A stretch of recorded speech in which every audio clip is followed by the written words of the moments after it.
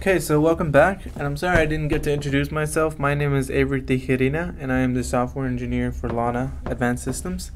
I just kind of wanted to give you that so that we kind of know who we're talking to and what's going on. And we're, again, trying to learn this so that we can understand how this program works and how Cayenne operates. So we started you off here, but we will be talking about the Cayenne Channels portion of the program. And that is going to show us how we communicate with each of these widgets. So to start, let's look at, right now we're in room 1, and so the program is room 1. Oops.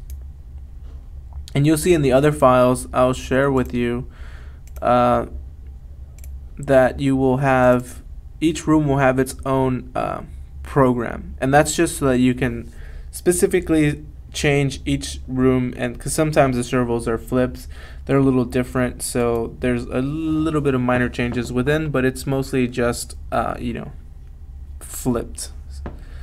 So okay, so here we have a widget called door lock, and I put the numbers here and they represent the channel that is in the program. So if I go to door lock and you see the number 10 here, well, here you can see channel 10 controls servos that locks the door.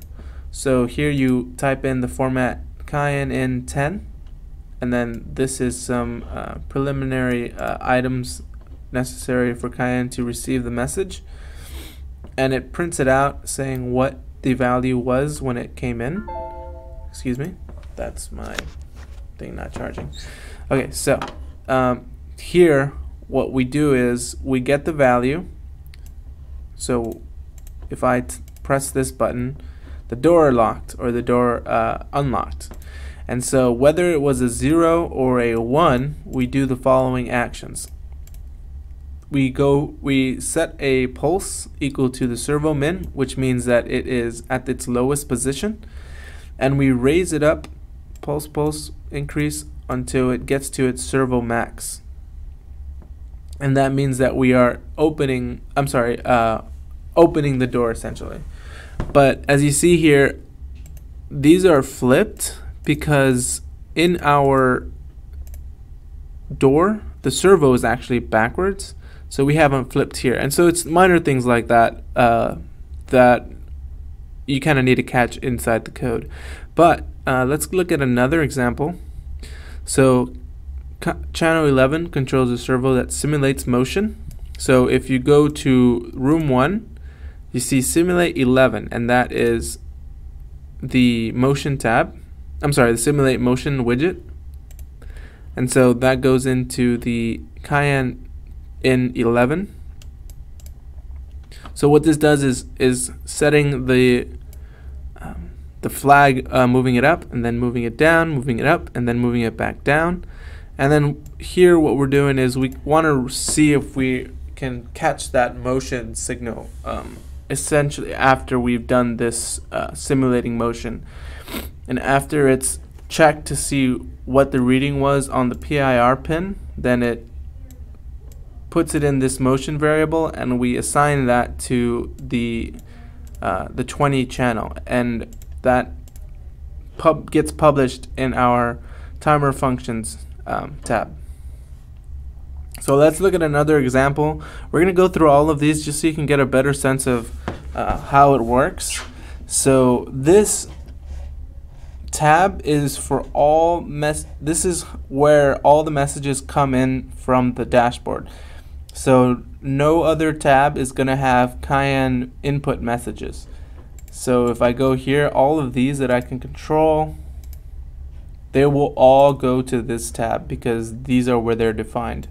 So let's go into, let's see, and then all the ones that I can control. So energy mode, right? Or let's just continue on with 12. So let's see, receives the position of the motion probe, needs a specific PWM for one servo.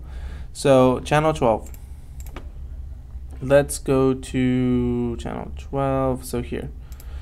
So let's open this up, see what this looks like. See what this looks like inside Cayenne. So we have Windows channel 12.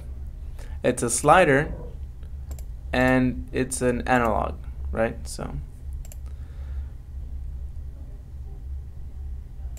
okay, so it's an analog value that gets inputted here, and we can see that, let's see,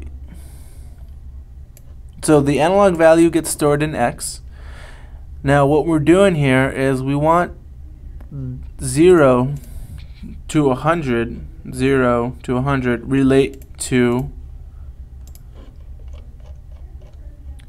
150 to 500. So if I have a 0 from Cayenne, I want that to equal 150, and if I have 100, I want that to equal 500 in this program, because that's how the servo works. So what we do here is we get a multiplier, and this is done by dividing 500 by 150.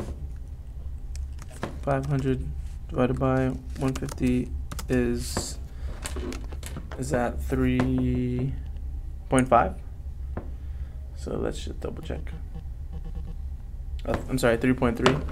That makes sense.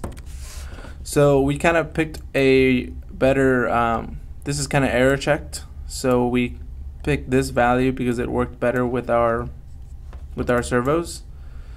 So we multiply 0 times 3.54, which would be 0, and we add it to the servo min, which is 150.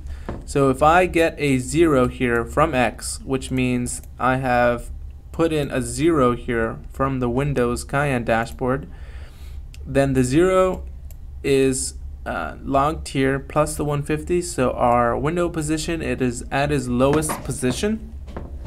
That means that it will be closed.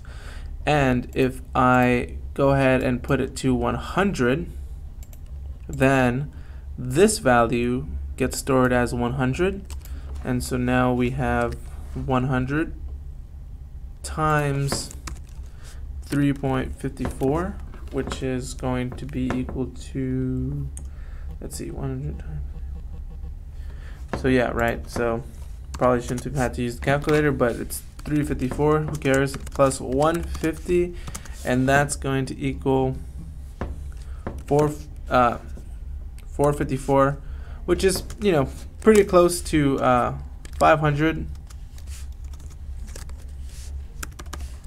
You could make this exact by using the actual 3.333, but this worked better for our servos, so we use that instead. And this is explained in some of the documentation a little bit better, but this was just on the fly. So then here we have the highest value, and this is the on. This is the off, and this is the on. If you didn't know what that meant, that is in our documentation as well. But essentially, that value gets stored here, and now the PWM sets to this kind of changing waveform, whether it's like smaller, like really small waveforms, or it's either big widths in the pulse, which is pulse width modulation. But okay, so let's continue on to channel 13, but let's take a break for now.